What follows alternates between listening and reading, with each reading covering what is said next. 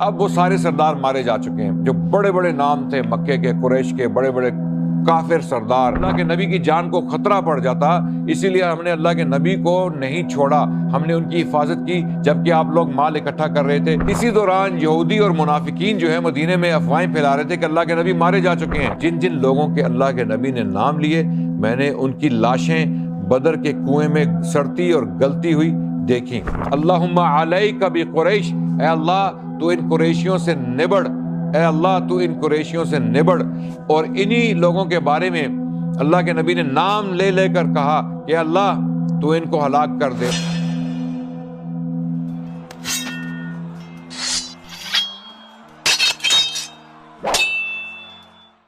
بسم اللہ الرحمن الرحیم، الحمدللہ والصلاة والسلام علی رسول اللہ، اما بعد، اعوذ باللہ السمیع العلیم من الشیطان الرجیم، بسم اللہ الرحمن الرحیم، وما ارسلناک الا رحمۃ للعالمین۔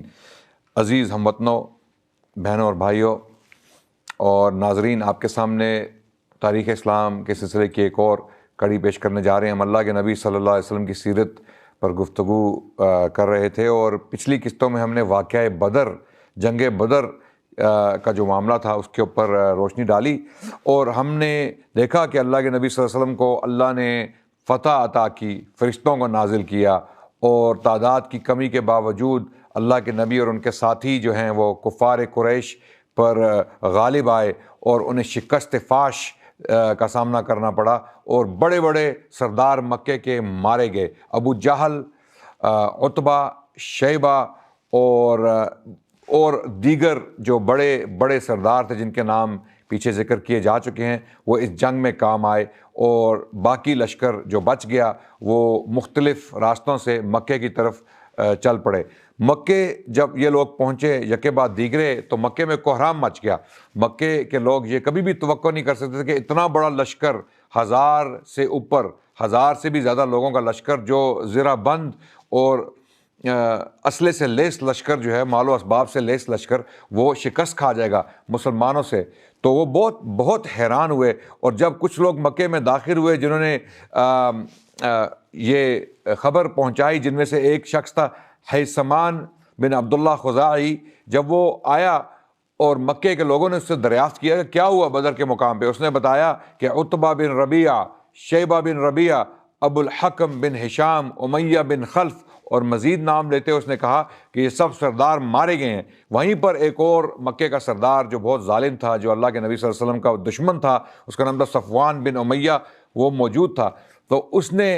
کہا کہ اس سے پوچھو کہ صفوان بن امیہ کہاں ہے، یعنی وہ یہ سمجھ رہے تھے کہ یہ شخص پاگل ہو گیا ہے، یہ جو باتیں کر رہا ہے اس کا دماغ جو ہے وہ خراب ہو گیا ہے، تو یہ ایسی باتیں کر رہا ہے کہ جو صحیح نہیں ہے۔ تو صفوان بن امیہ نے ان لوگوں سے کہا کہ اس سے پوچھے کہ صفوان بن امیہ کہاں ہے، تو اس نے کہا صفوان بن امیہ وہ وہاں پر سامنے موجود ہے مکے میں، کعبے میں۔ تو پھر لوگوں کو یقین ہو گیا کہ اس کا دماغی توازن درست ہے، اور یہ جو باتیں بتا رہے ہیں وہ حقیقی باتیں، صحیح باتیں ہیں۔ اسی طرح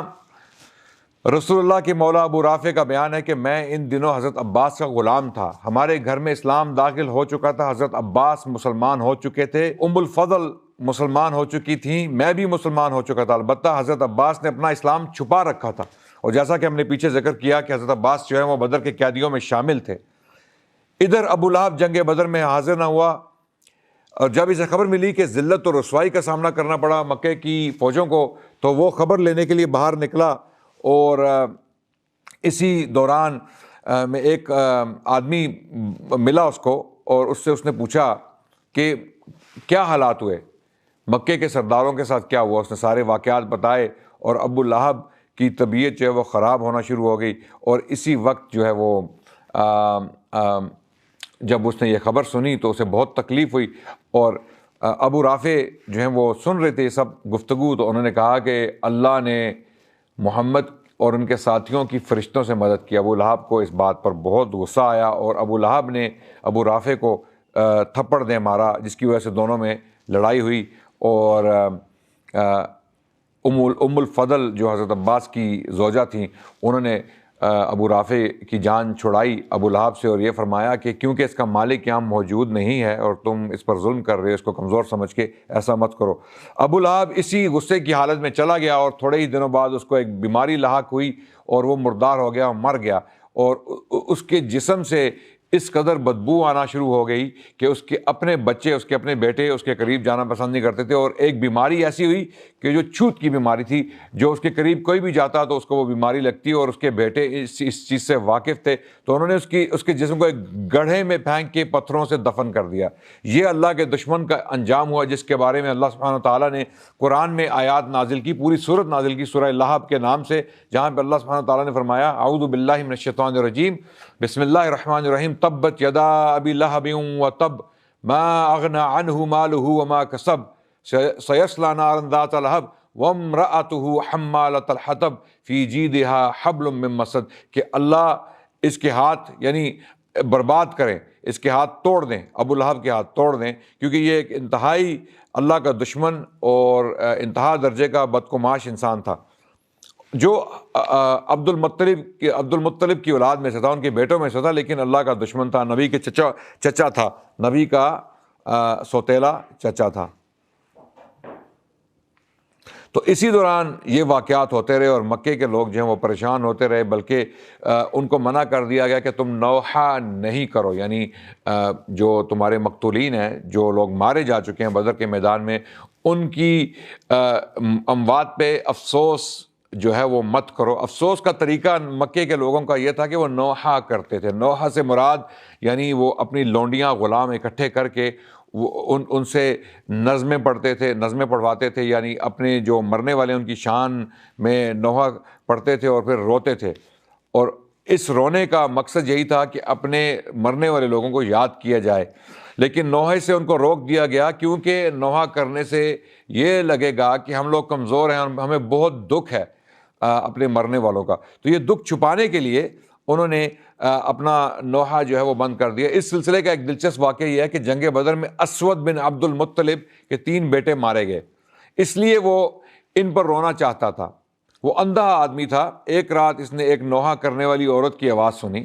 جھٹ اپنے غلام کو بھیجا اور کہا ذرا دیکھو کیا نوحہ کرنے کی اجازت مل گئی ہے، کیا قریش اپنے مقتولین پر رو رہے ہیں، تاکہ میں بھی اپنے بیٹے ابو حکیمہ پر روؤں، کیونکہ میرا سینہ جل رہا ہے۔ غلام نے واپس آ کر بتایا کہ یہ عورت تو اپنے ایک گمشدہ اونٹ پر رو رہی ہے۔ اسود یہ سن کر اپنے آپ پر قابو نہ پا سکا اور بے اختیار کیا اٹھا، کیا وہ اس بات پر ہوتی ہے کہ اس کا اونٹ غائب ہو گیا، یعنی اس نے شاعری میں یہ الفاظ بیان کیے، عربی شاعری میں، اور اس پر بے خوابی نے اس کی نیند حرام کر رکھی ہے، تو اونٹ پر نہ رو بلکہ بدر پر رو جہاں قسمتیں پھوٹ گئیں۔ ہاں بدر پر رو جہاں بنی حسیس، بنی مخزوم اور ابو الولید کے قبیلے سربر آوردہ افراد ہیں۔ اگر رونا ہی ہے تو عقیل پر رو اور حارث پر رو جو شیروں کا شیر تھا، تو ان لوگوں پر رو اور رسب کا نام نہ لے، اور ابو حکیمہ کا تو کوئی ہمسر ہی نہیں تھا۔ دیکھو ان کے بعد ایسے لوگ سردار ہو گئے کہ اگر بدر کا دن نہ ہوتا تو وہ سردار نہ ہو سکتے۔ اس کا مطلب یہ ہوا کہ اب وہ سارے سردار مارے جا چکے ہیں، جو بڑے بڑے نام تھے مکے کے، قریش کے بڑے بڑے کافر سردار، مشرکین، جو مشرکینوں کے سردار تھے، مشرکین کے سردار تھے، وہ لوگ مارے جا چکے ہیں۔ اور اسی طرح مدینے میں فتح کی خبر پہنچی، مدینے کے لوگ بہت خوش ہوئے، اور یہ خبر پہنچانے والے تھے حضرت عبداللہ بن رواحہ، جنہیں عوالی کی طرف بھیجا گیا، یعنی مدینے کا جو بالائی علاقہ تھا اس طرف عبداللہ بن رواحہ کو بھیجا گیا کہ وہ خبر دیں مدینے کے لوگوں کو بدر کی فتح کی۔ اور دوسرے حضرت زید بن حارثہ تھے، جنہیں مدینے کا جو زیریں علاقہ تھا، جو نچلا علاقہ تھا، اس کی طرف بھیجا گیا۔ اسی دوران یہودی اور منافقین جو ہے مدینے میں افواہیں پھیلا رہے تھے کہ اللہ کے نبی مارے جا چکے ہیں، وہ قتل ہو چکے ہیں، یہ ناممکن ہے کہ وہ مکے کے لشکر کے خلاف کامیاب ہو جائیں یا انہیں فتح حاصل ہو، یہ نہیں ہو سکتا۔ تو وہ مدینے میں منافقین اور یہود جو ہیں وہ مدینے میں ایک نا امیدی کی سی سچویشن پھیلا رہے تھے، وہ جان بوجھ کر لوگوں کو نا امید کر رہے تھے کہ یہ ہو نہیں سکتا کہ اللہ کے نبی اس مارکے میں جو ہے وہ بچ جائیں، کیونکہ مکے کے لوگ بہت طاقتور ہیں۔ لیکن جب انہوں نے زید بن حارثہ کو حضرت رسول اللہ کی اونٹنی قصوہ پر سوار ہوئے آتے دیکھا، تو اسی وقت منافقین نے کہنا شروع کر دیا، دیکھا ہم نے کہا تھا کہ محمد مارے گئے، یہ ان کی اونٹنی پہ آ رہا ہے اور ابھی آ کے ہمیں کوئی کہانیاں سنائے گا،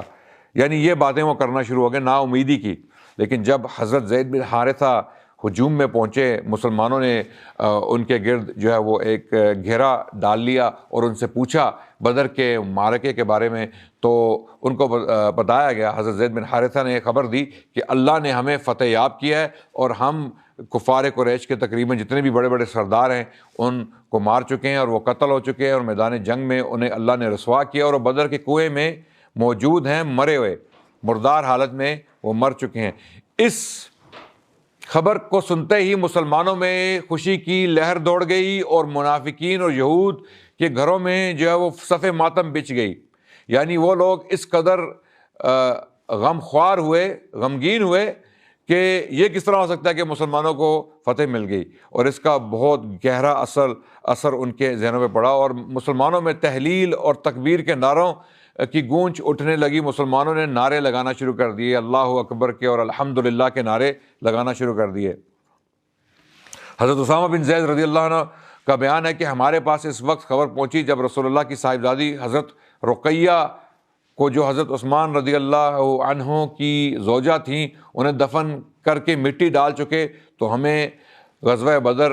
میں فتح کی خبر پہنچی۔ حضرت رقیہ رضی اللہ عنہ اللہ کے نبی صلی اللہ علیہ وسلم کی صاحبزادی تھیں، 4 بیٹیوں میں سے ایک بیٹی تھیں۔ حضور کی 4 بیٹیاں جن کا ہم ذکر کر چکے ہیں، حضرت زینب، حضرت رقیہ، ام کلثوم اور فاطمہ رضی اللہ عنہا، یہ حضرت خدیجہ رضی اللہ عنہا کے بطن سے اللہ کے نبی کی 4 بیٹیاں تھیں، جن میں رقیہ تھی، اور رقیہ رضی اللہ عنہا اسی وقت وفات انہوں نے پائی جب اللہ کے نبی بدر کے مقام پر موجود تھے۔ ان کی غیر موجودگی میں حضرت رقیہ نے وفات پائی مدینہ کے شہر میں، اور حضرت عثمان ان کی تیمارداری کے لیے پیچھے رہے اور وہ جانبر نہ ہو سکیں اور وفات پا گئیں رضی اللہ عنہا۔ اللہ تعالیٰ حضرت رقیہ کی روح پر لاکھوں سلام اور اپنی رحمتیں ان پر فرمائیں، آمین۔ یعنی اللہ کے نبی نے یہ قربانیاں بھی جو ہیں وہ دیں اپنی زندگی میں، کہ اپنی اولاد کی بیماری کے باوجود، اپنے گھر میں تکلیف ہونے کے باوجود اللہ کے نبی اللہ کے کام میں مصروف تھے، اور اپنی کمیونٹی، اپنے جو لوگ ہیں، جو اپنے پیروکار ہیں، ان کے دفاع میں مصروف تھے، اور اس کے باوجود کہ ان کی صاحبزادی رضی اللہ عنہا بہت بیمار تھیں اور تکلیف میں مبتلا تھی، اللہ کے نبی صلی اللہ علیہ وسلم اپنے کام کے لیے، دین کے کام کے لیے، دین کی بقا کے لیے کفار قریش سے برسر پیکار تھے۔ اس کے بعد مال غنیمت کا ایک مسئلہ کھڑا ہوا، مسلمانوں میں ایک ڈس ایگریمنٹ ہوا مال غنیمت پہ۔ جو مال کفار قریش نے پیچھے چھوڑا، جو بہت بڑی مقدار میں تھا، کچھ لوگ کہنے لگے کہ یہ مال جن لوگوں نے اکٹھا کیا انہی کا ہے۔ دوسرے لوگ کہنے لگے کہ ہم اللہ کے نبی صلی اللہ علیہ وسلم کی حفاظت میں لگے ہوئے تھے جب یہ مال اکٹھا کیا جا رہا تھا، تو اگر ہم اللہ کے نبی کو اس مال کے لیے چھوڑ دیتے تو اللہ کے نبی کی جان کو خطرہ پڑ جاتا، اسی لیے ہم نے اللہ کے نبی کو نہیں چھوڑا، ہم نے ان کی حفاظت کی جبکہ آپ لوگ مال اکٹھا کر رہے تھے۔ تو اب یہ ہے کہ اس مال میں ہمیں بھی حصہ دیا جائے۔ تو اللہ کے نبی صلی اللہ علیہ وسلم نے جو ہے وہ ان لوگوں کو روک دیا کہ آپس میں مت ڈس ایگریمنٹ، ان کا آپس میں اختلاف مت کیجیے۔ اور پھر اسی ضمن میں اللہ سبحانہ وتعالیٰ نے قرآن میں سورہ انفال میں آیت نازل کی، لوگ آپ سے مال غنیمت کے متعلق پوچھتے ہیں، کہہ دو غنیمت اللہ اور رسول کے لیے ہے، پس اللہ سے ڈرو اور اپنے باہمی تعلقات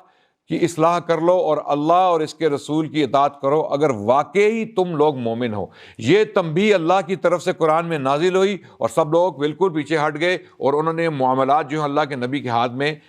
دے دیے، اور اللہ کے نبی صلی اللہ علیہ وسلم نے مال غنیمت کو جو ہے مسلمانوں کے درمیان صحیح طریقے سے، برابر طریقے سے تقسیم کیا جس طرح کہ اس کو کرنا چاہیے تھا۔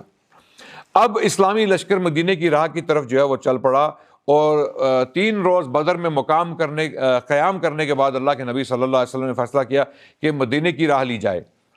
آپ کے ہمراہ مشرک قیدی بھی تھے اور مشرکین سے حاصل کیا ہوا مال غنیمت بھی۔ آپ نے حضرت عبداللہ بن کعب رضی اللہ عنہ کو اس کی نگرانی سونپی تھی۔ جب آپ وادی صفرا کے درے سے باہر نکلے تو درے اور نازیہ کے درمیان ایک ٹیلے پر پڑاؤ ڈالا اور وہیں خمس جو مال غنیمت کا 5واں حصہ تھا علیحدہ کر کے باقی مال غنیمت مسلمانوں میں برابر تقسیم کر دیا۔ یعنی تمام لوگ خوش ہو گئے، جو لوگ اللہ کے نبی کی حفاظت میں لگے ہوئے تھے اور جو لوگ مال اکٹھا کر رہے تھے، مال غنیمت جو جمع کر رہے تھے میدان جنگ سے تاکہ کفار قریش سے اس کو بچایا جائے یا چھین لیا جائے، کیونکہ یہ جنگ میں ہاتھ آیا ہوا مال تھا اور یہ مسلمانوں کے ہاتھ لگا۔ تو ان سب کے درمیان، ان سب کے مابین اللہ کے نبی صلی اللہ علیہ وسلم نے برابر طریقے سے تقسیم کر دیا مال، کیونکہ یہ سب کے سب لوگ اس کے مستحق تھے، یہ سب لوگ جنگ میں شامل تھے، ان سب لوگوں نے قربانیاں دی، ان سب لوگوں نے زخم کھائے، ان سب لوگوں نے جو ہے وہ سخت سفر طے کیا اور اللہ کے نبی کا ساتھ دیا۔ اور پھر اسی وادی صفرا میں اللہ کے نبی صلی اللہ علیہ وسلم نے نضر بن حارث کو قتل کرنے کا حکم دیا۔ یہ وہی شخص تھا جو لونڈیاں بٹھا کے مکے میں ان سے اللہ کے نبی کی شان میں گستاخیاں کرواتا تھا، ان سے شاعری پڑھواتا تھا کہ تم اللہ کے نبی صلی اللہ علیہ وسلم کی شان میں گستاخیاں کرو۔ اور یہ وہی آدمی تھا جو کہتا تھا اللہ کے نبی کے بارے میں کہ یہ پرانی کہانیاں سناتے ہیں، یہ صحیح کہانیاں نہیں ہیں، سچی کہانیاں نہیں ہیں۔ یہ بہت بڑا دشمن تھا اللہ کے نبی صلی اللہ علیہ وسلم کو اور اللہ کا اور دین کا۔ تو اللہ کے نبی نے حکم دیا کہ اس کی گردن مار دی جائے، اور حضرت علی نے بڑھ کر رضی اللہ عنہ انہوں نے اس کی گردن مار دی اور اسے قتل کر دیا گیا۔ اس کے بعد جب آپ ارک الدبیہ پہنچے تو عقبہ بن ابی معیط کے قتل کا حکم صادر فرمایا۔ یہ وہی شخص تھا جس نے اللہ کے نبی صلی اللہ علیہ وسلم کو بہت ساری تکلیفیں پہنچائیں۔ اللہ کے نبی صلی اللہ علیہ وسلم کے گلے میں کپڑا ڈال کے اس کو گھمایا تاکہ اللہ کے نبی صلی اللہ علیہ وسلم جو ہے وہ مارے جائیں، نعوذ باللہ ثم نعوذ باللہ، یعنی ان کا گلا گھونٹ کے مارنے کی کوشش کی۔ جب ابو بکر اللہ کے نبی کو بچانے کے لیے آئے اور کہا اتقتلون رجلا ان یقال ربی اللہ، کیا تم اس شخص کو اس لیے مارو گے کہ یہ اللہ کو اپنا رب مانتا ہے اور یہ کہتا ہے کہ اللہ ہی میرا رب ہے، کیا تم اس لیے اس کو قتل کر رہے ہو؟ یہ وہی عقبہ بن ابی معیط ہے جس کے قتل کا حکم دیا گیا، اور یہ وہی شخص ہے جس نے اللہ کے نبی صلی اللہ علیہ وسلم کی کمر پہ سجدے کے دوران مرے ہوئے اونٹ کی اوجڑی ڈالی، اور حضرت فاطمہ رضی اللہ عنہا آئیں اور انہوں نے اپنے والد محترم رسول اللہ صلی اللہ علیہ وسلم کی کمر سے یہ گندگی صاف کی۔ اور عقبہ بن ابی معیط جو ہے وہ اپنے قریشی سرداروں کے ساتھ جو ہے وہ ہنستا رہا اللہ کے نبی صلی اللہ علیہ وسلم ان کی یہ حالت دیکھ کر، اور اسی وقت اللہ کے نبی کھڑے ہوئے اور انہوں نے کہا اللہم علیک بقریش، اللہم علیک بقریش، اے اللہ تو ان قریشیوں سے نبڑ، اے اللہ تو ان قریشیوں سے نبڑ۔ اور انہی لوگوں کے بارے میں اللہ کے نبی نے نام لے لے کر کہا کہ اللہ تو ان کو ہلاک کر دے، اے اللہ تو ان سے نبڑ، اے اللہ تو ان کو بہتر سمجھ۔ اور حضرت عبداللہ بن مسعود کی حدیث ہے، انہوں نے فرمایا کہ جن جن لوگوں کے اللہ کے نبی نے نام لیے میں نے ان کی لاشیں بدر کے کنویں میں سڑتی اور گلتی ہوئی دیکھیں، یعنی ان کو بدر کے کنویں میں پھینک دیا گیا۔ اور یہ عقبہ بن معیط ان میں سے بچ گیا جس کو اس مقام پر جو ہے ارک الدبیہ کے مقام پر قتل کر دیا گیا، اللہ کے حکم سے اس کی گردن اڑا دی گئی۔ اب یہاں پر ایک سوال اٹھتا ہے کہ اللہ کے نبی نے جنگی قیدیوں کو کیوں قتل کروایا؟ اللہ کے نبی نے جنگی قیدیوں کو قتل نہیں کروایا، یہ جنگی مجرم تھے، یہ وہ لوگ تھے جنہوں نے اللہ کے نبی کے خلاف، دین کے خلاف اور اللہ کے خلاف سازشیں کی، اور ان کو اللہ کے حکم سے قتل کیا گیا۔ جبکہ دوسرے لوگ بہت بڑی تعداد میں قیدی تھے، ان کو نہیں مارا گیا، بلکہ بہت کے ساتھ صلہ رحمی کا سلوک کیا گیا۔ اللہ کے نبی نے حکم دیا کہ اپنے قیدیوں کے ساتھ اچھا سلوک کرو اور ان کے ساتھ برا سلوک مت کرو، بلکہ یہاں تک بھی روایات میں آتا ہے کہ اللہ کے نبی کے اس حکم کے بعد بدر کے جو قیدی تھے ان کو روٹی دی گئی، یعنی صحابی خود کھجوریں کھا رہے تھے، جن کی قید میں یہ لوگ تھے وہ خود کھجوریں کھا رہے تھے اور قیدیوں کو روٹیاں دی گئیں۔ یہاں پر میں وضاحت کرتا چلوں کہ مدینے کے شہر میں کھجور کی حیثیت روٹیوں سے کم تھی، روٹی ایک لگژری تھی، ایک آسائش تھی، تو روٹیاں جو ہیں وہ قیدیوں کو دی جا رہی تھی، بدر کے قیدیوں کو، اور اللہ کے نبی صلی اللہ علیہ وسلم کے صحابی جو ہیں وہ کھجوریں خود نوش فرما رہے تھے۔ تو جب عقبہ بن ابی معیط ملعون کو مارا گیا تو اس کے منہ سے الفاظ نکلے اے محمد بچوں کے لیے کون ہے، میرے بچوں کا کیا ہوگا؟ اللہ کے نبی صلی اللہ علیہ وسلم نے فرمایا آگ۔ اللہ کے نبی صلی اللہ علیہ وسلم نے فرمایا اگر وہ مسلمان نہ ہوئے تو یقیناً آگ۔ اس کے بعد حضرت عاصم بن انصاری یا حضرت علی رضی اللہ عنہ نے اس کی گردن مار دی۔ تو اسی وقت تہنیت کے وفود، یعنی جو لوگ اللہ کے نبی صلی اللہ علیہ وسلم کو کنگریجولیٹ کرنے کے لیے، ان کو مبارکباد دینے کے لیے تشریف لائے، وہ مقام روحا پہنچے تو ان مسلمان سربراہوں سے ملاقات ہوئی جو دونوں قاصدوں سے فتح کی بشارت سن کے آپ کے استقبال کرنے کے لیے، آپ کو فتح کی مبارکباد پیش کرنے کے لیے مدینے سے نکل پڑے تھے۔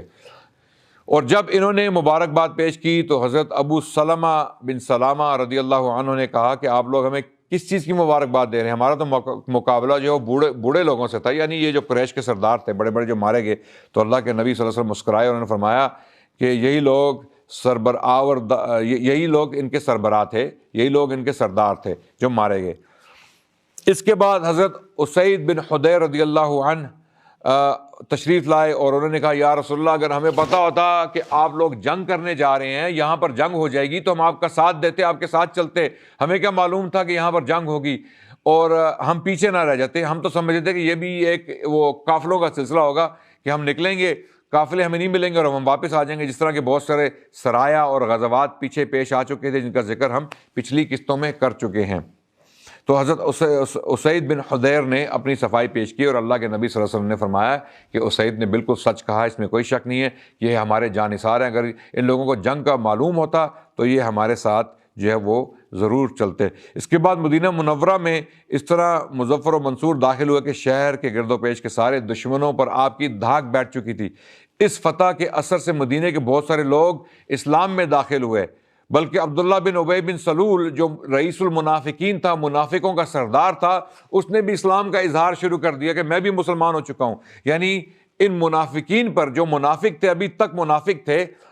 اسلام کے دشمن تھے دلی طور پہ، لیکن اب انہوں نے اسلام کا اظہار شروع کر دیا کیونکہ وہ ڈر گئے تھے مسلمانوں کی قوت سے۔ انہیں اندازہ ہو گیا کہ یہ لوگ اپنا دفاع کر سکتے ہیں، اپنا بچاؤ کر سکتے ہیں اور یہ لڑنے کی بھی طاقت رکھتے ہیں اور ہمت بھی رکھتے ہیں اور جرأت بھی رکھتے ہیں۔ انہوں نے اتنے بڑے لشکر کو شکست دی تو ہماری کیا حیثیت ہے، اس لیے انہوں نے اسلام کا اظہار کرنا شروع کر دیا۔ اور پھر بعد میں جو قیدیوں کا قضیہ پیش آیا، قیدیوں کا معاملہ جو ہے اس کے اوپر جب سوال اٹھا تو کیا فیصلہ ہوا، اس کے بارے میں اگلی قسط میں گفتگو کریں گے۔ تب تک کے لیے اجازت چاہتے ہیں۔ السلام علیکم ورحمۃ اللہ وبرکاتہ۔